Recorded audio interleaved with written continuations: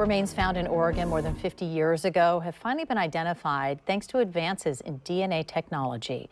The Oregon State Medical Examiner's Office confirms that remains found near Holcomb Peak in Josephine County are those of then 19-year-old Mark Smith from Montana.